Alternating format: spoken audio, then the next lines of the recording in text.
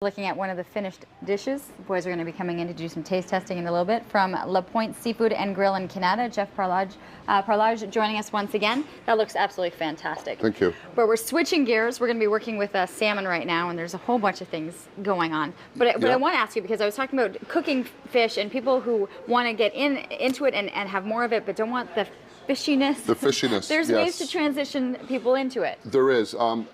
One of the big things is how you choose your fish. If it smells strong, if it is slimy, 10 to 1 it's old, so it's going to be fishy no matter what you buy. You try to get something that smells nice and fresh. Fresh seafood has no aroma. It's not an overpowering fish smell. It should be sweet ocean smells to you. But I would say tuna as the Cadillac of fish would be a good one to get into because it is the chicken of the sea. And other than that, I would go with haddock, barramundi, which is a new fish coming out from New Zealand.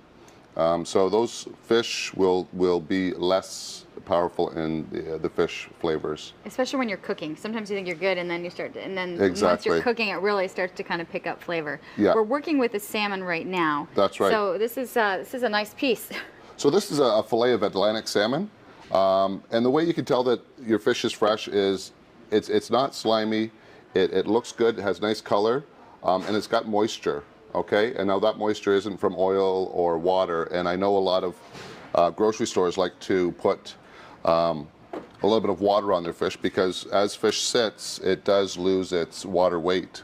So they'll add a little bit of water. That's right. So to skin a fish, what I do is I just cut in about 1 inch, and I go along, and then what I want to do is just hold onto the skin and draw my knife forward.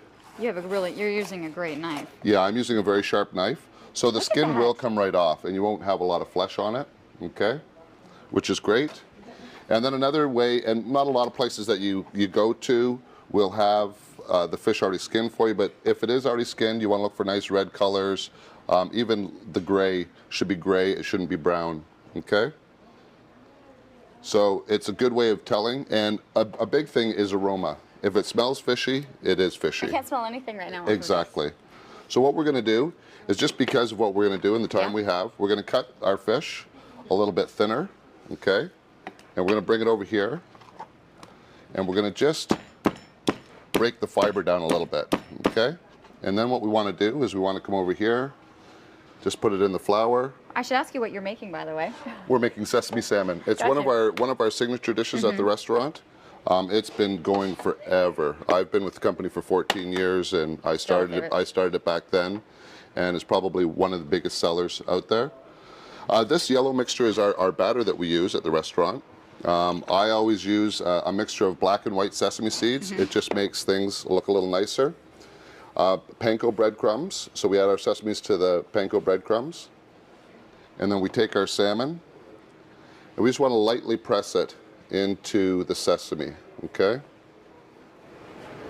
Once we've got to that point, we want to put it in our oil, and we're going to start cooking. Now, once it goes into the oil, it's not something you really want to walk away from. You need to stay with it because of grease fires. You don't really have as much of a problem with an electric stove, but if you are dealing with gas stoves, you really want to be careful, yeah. So what, I look at that, that's a lot of oil. Is that, you want it to be able to do full coverage? No, you want it to be at least 3/4 of your fish because we're going to flip it. And I'll just check it. So it's almost ready on that side. Now this sauce here, this is an orange leek sauce. So what we started out with was leeks, butter, triple sec, orange juice, and 35% cream, and reducing it.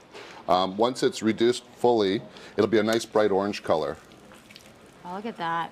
So that's about a good color for your sesame salmon, where you want to flip it. Now this won't, you can finish this whole dish in the frying pan. If it was a thicker fish, you would have to finish it in the oven. And that's what we do in the restaurant, is we'll par fry it in our fryer and finish it in the oven so it's nice and juicy and it loses that oil. And then what will this be served with? This will be served with the orange leek sauce. Okay, it looks beautiful. This sat in there for quite some time. Time has run out. For people who are looking for more information, where can they find you guys? They can find us at 60 Colchester Square in Canada. Our phone number is 599-1424. We recommend reservations, and it's always a great time with us.